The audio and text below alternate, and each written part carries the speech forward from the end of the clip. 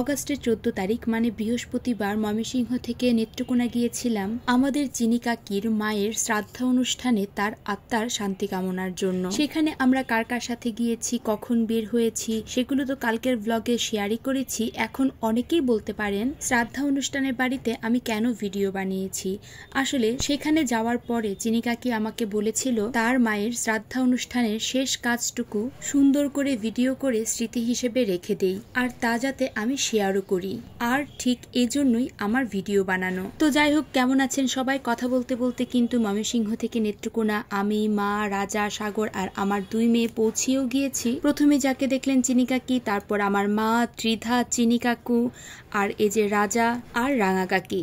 এখানে আমরা সবাই ফ্রেশ হওয়ার জন্য বসেছি। ফ্রেশ টেশ হয়ে আমার বাচ্চাদেরকে একটু খাবার খাইয়ে দিচ্ছিলাম, আর চিনি কাকি আমার সাথে বসে গল্প করছিল দিদার চলে যাওয়ার আগ মুহূর্তের কয়েকদিনের স্মৃতিগুলো আমার সাথে বসে বসে বলছিল। আর এইদিকে পাশের ঘরেই সত্যনারায়ণ পূজা হচ্ছে, সেটারও একটু ভিডিও ক্যাপচার করে নিলাম। চলুন দিদা শ্রাদ্ধা অনুষ্ঠানের কিছু সুন্দর মুহূর্ত আপনাদের সাথে শেয়ার করি।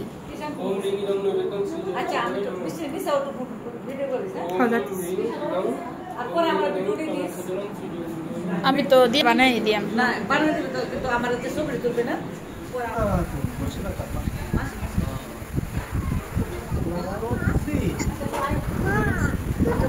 উপরে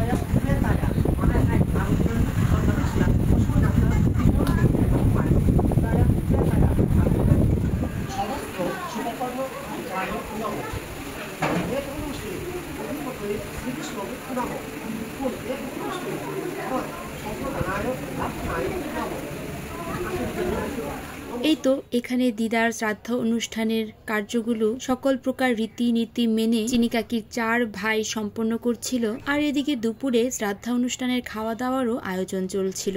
যেহেতু দুপুর এখন 2:30 বাজে, তাই আমরাও খেতে বসে পড়েছি। শ্রাদ্ধা অনুষ্ঠানে যেরকম খাবার হয় আর কি, খাবার নিয়ে কোনো ভিডিও বানাবো না। এই তো আমরা সবাই বসে পড়েছি খাওয়ার জন্য। দুপুরের খাবার টাবার শেষ করে একটু বসে বিকালবেলা বের হয়ে পড়বো ময়মনসিংহের উদ্দেশ্যে। আমি আমার 2 মেয়েকে নিয়ে সাগরের সাথে চলে আসবো ময়মনসিংহে। সাগর চলে যাবে হালুয়াঘাট আর আমি চলে আসবো ময়মনসিংহে। সবার খাওয়া দাওয়া শেষ। অনেক সকালবেলা আমরা যেহেতু ঘুম থেকে উঠেছি, তাই সবাই একটু শুয়ে শুয়ে বিশ্রাম করে নিচ্ছে। আর আমাদের চলে যাওয়ার সময়ও চলে এসেছে। এখন বাজে বিকাল 4:30টার মতো। আমি রেডি হয়ে গিয়েছি। আর এদিকে চিনি কাকি ওরা তো কোনোভাবেই আসতে দিবে না। মামা ওরাও ভীষণভাবে বারণ করছে যে আজকে কিছুতেই আমাদেরকে আসতে দিবে না। আমার আর সাগরের চলে আসা দেখে এদিকে মা আর রাং কাকিও বলছিল যে তারাও চলে যাবে হালুয়াঘাটে, কিন্তু চিনি কাকি আর চিনি কাকু একদম নাছোড়বান্দা। মামা ওরাও কোনোভাবে তাদেরকে আর আসতে দেয়নি। তো এগুলোই চলছে তাদের মধ্যে যে তারা আমার সাথে আসবে কি আসবে না, দোটানার মধ্যে তাদের এখনো ডিসিশন পেন্ডিং। অতঃপর আমি রওনা দিয়ে দিয়েছি সাগরের সাথে নেত্রকোনা টু ময়মনসিংহ। তখনের ওয়েদারটা এত ভালো ছিল, রোদও ছিল কিন্তু একটা ঠান্ডা ঠান্ডা একটা আবহাওয়া ছিল, মানে বৃষ্টি নামবে এমন একটা অবস্থা। আকাশটা একদম ক্লিয়ার ছিল। আকাশটা দেখলে আপনার চোখটা জুড়িয়ে যাবে।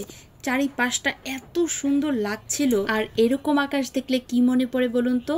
ওই তো দুর্গাপূজা চলে এসেছে। কদিন পরেই যেহেতু দুর্গাপূজা, তাই আকাশের মেঘগুলো পেঁজা তুলার মতো উড়ে উড়ে বেড়াচ্ছে। আর এইদিকে আমরা গাড়িতে উঠে পড়েছি। তারা গাড়িতে বসে খুবই বোর ফিল করছিল। গাড়ির ভেতরেও অনেক গরম লাগছিল। গাড়িটা ছাড়ার সাথে সাথে ত্রিধা আর শ্রেষ্ঠা দুজনেই ঘুমিয়ে পড়েছে। তো কি আর করা, তারা ঘুমাতে থাক। আর আমি চলে যাব এবার নেত্রকোনা থেকে ময়মনসিংহে নিজের বাসায়। এবার আমাকে বলে ফেলো তো, আমার এই ভিডিওটা কারা কোন জায়গা থেকে দেখেছো, ময়মনসিংহ আর নেত্রকোনা থেকে কারা দেখেছো, তারা কিন্তু অবশ্যই আমাকে কমেন্ট বক্সে জানাবে। আর এই ভিডিওতে কোনো কিছু ভালো না লাগলে ক্ষমা সুন্দর দৃষ্টিতে দেখবে। আজকের এই ভিডিওটা এই পর্যন্তই। সবার ভালো লাগলে অবশ্যই একটা লাইক আর কমেন্ট করবে, আর আমার পেজটাকে ফলো করে দিতে কিন্তু ভুলবেন না। So tata.